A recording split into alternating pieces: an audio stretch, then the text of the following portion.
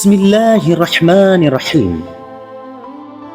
Dari Ibnu Abbas radhiyallahu anhu, beliau berkata, pada suatu hari Nabi Muhammad SAW keluar dari masjid. Ketika itu beliau bertemu dengan iblis. Lalu beliau bertanya, "Wahai iblis, apakah yang menyebabkan engkau datang ke pintu masjid?" Iblis menjawab, "Wahai Muhammad, Allah lah yang mendatangkan aku ke sini." Lantas Rasulullah bertanya, "Ada perlu apa?" Iblis pun menjawab, "Supaya engkau menanyaku apa saja yang engkau mau." Pada saat itu, hal pertama yang ditanyakan oleh Rasulullah adalah tentang salat. Rasulullah bertanya, "Wahai iblis, kenapa engkau rintangi umatku salat berjamaah?" Iblis menjawab, "Wahai Muhammad, ketika umatmu hendak berangkat salat berjamaah, maka rasa panas mengena pada tubuhku dan perasaan itu tidak lenyap hingga mereka selesai salat." Rasulullah bertanya lagi, "Wahai iblis, kenapa engkau cegah umatku untuk belajar atau untuk membaca Al-Quran?" Iblis menjawab, "Sebab ketika mereka belajar atau membaca Al-Quran, tubuhku mencair bagaikan timah." Rasulullah bertanya, "Wahai iblis, kenapa engkau cegah umatku untuk berjihad?" Iblis menjawab, "Sebab ketika mereka berangkat ke medan jihad, maka terjeratlah kedua kakiku hingga mereka kembali." Rasulullah bertanya, "Wahai iblis, kenapa kau rintangi umatku menunaikan ibadah haji?"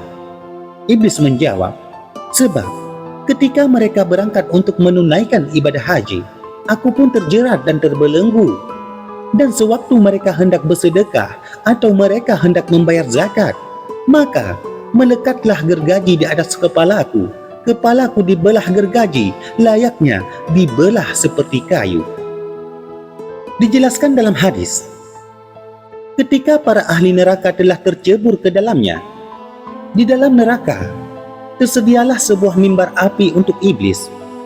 Pada waktu itu, iblis berpakaian api, bermahkotakan api, dan ia dijerat dengan tampar api. Lalu, malaikat berseru kepada iblis, "Wahai iblis, segeralah menaiki mimbar untuk menyampaikan ceramahmu." Maka, iblis pun menaiki mimbar itu dan ia pun menyampaikan ceramahnya.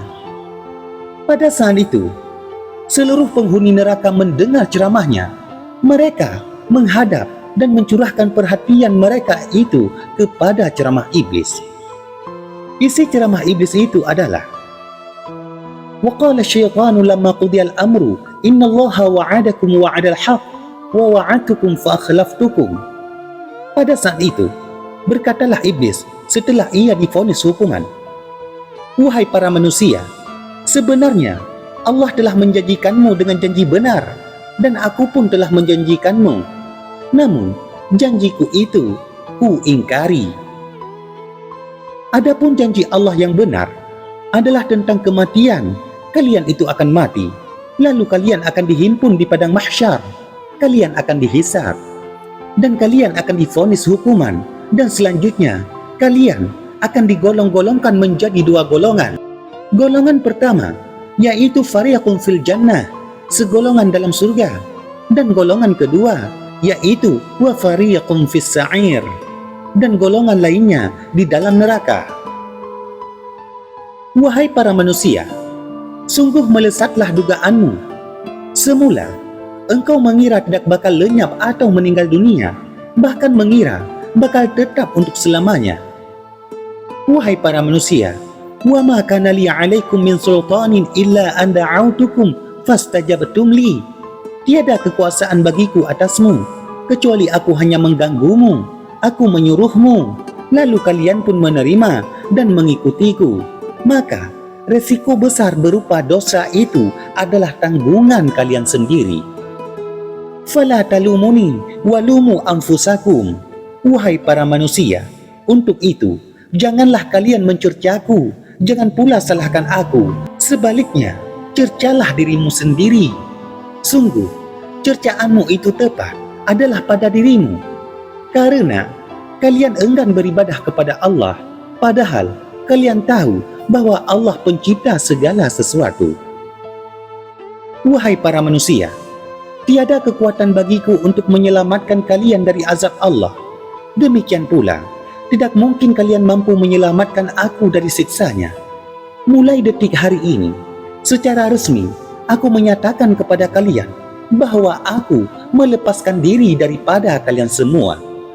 Aku tidak akan bertanggung jawab atas janji-janji yang pernah kukatakan kepada kalian dengan alasan peralihan kekuasaan. Aku sudah dilemparkan dan ditolak dari hadirat Allah, Tuhan semesta alam.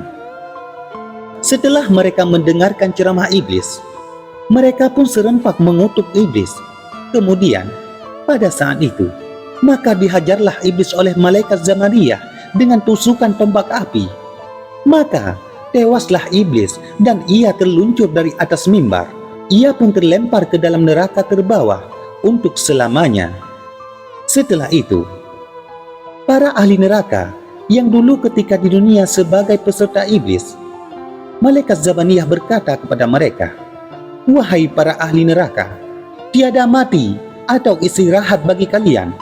Maksudnya, kalian hidup dalam keadaan sengsara, menderita, susah, dan kepedihan tiada terbatas untuk selamanya."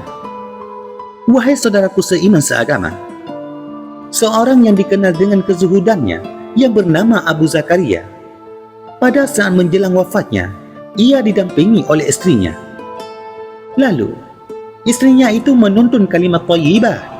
Kalimat itu adalah La ilaha illallah Muhammadar Rasulullah.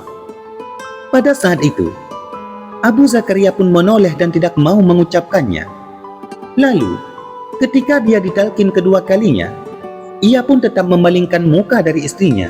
Hingga pada talqin yang ketiga kalinya, ia pun berkata, "Tidak, aku tidak akan mengucapkan itu." Maka timbullah rasa khawatir dari istrinya. Lalu tidak lama sesudah itu, ketika Abu Zakaria sedikit merasakan ringan, kedua matanya pun terbuka. Lalu Abu Zakaria bertanya, "Wahai istriku, apakah kamu berkata sesuatu kepadaku?" Istrinya menjawab, "Iya, saya menuntunmu dengan 2 kalimat syahadat sebanyak 3 kali. Tapi 2 kali kamu berpaling, bahkan pada yang ketiga kalinya kamu berkata, 'Tidak, aku tidak akan mengucapkan itu.'" Setelah mendengar penjelasan istrinya, Abu Zakaria pun menjelaskan, "Wahai istriku, pada saat itu, iblis datang menghampiriku dengan membawa wadah berisi air minum. Lalu, iblis berdiri di sisi kananku. Sambil ia mengiming-iming air, ia berkata, 'Perlukah pada air minum ini? Kalau kamu perlu, maka ucapkanlah bahwa Isa itu anak Allah.' Aku pun menjawab, 'Tidak, aku tidak memerlukannya.' Lalu aku pun menoleh dan berpaling dari iblis. Selanjutnya, iblis pun datang kedua kalinya dengan tujuan yang sama. Ia datang dari arah kakiku, dan aku pun menjawab padanya sebagaimana kataku mengucapkan pertama kalinya. Dan pada kali yang ketiga, iblis menyuruhku supaya mengucapkan Tuhan tidak ada. Maka aku menjawab, "Tidak, aku tidak akan mengucapkan itu." Akhirnya, iblis pun menumpahkan air minum dari wadahnya ke lantai. Lalu, ia pun segera lari meninggalkan aku. Wahai istriku, sikap dan tindakanku itu adalah semata untuk menolak bujuk rayu iblis, bukan ditujukan kepadamu. Dengan ini, aku akan bersaksi bahwa tiada Tuhan yang lain kecuali Allah, dan Nabi Muhammad adalah utusan Allah. Wallahu a'lam bis-shawab.